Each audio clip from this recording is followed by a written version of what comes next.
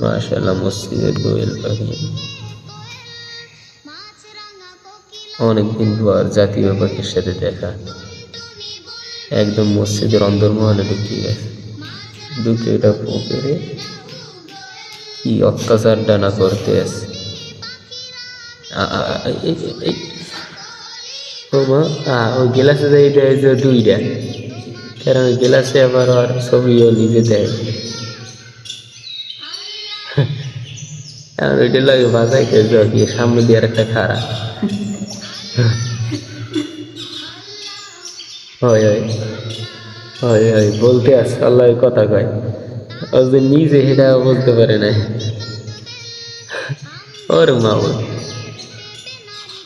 আর মারতে আসে না, দাঁড়ে এটার বাড়ি কিনে দিই।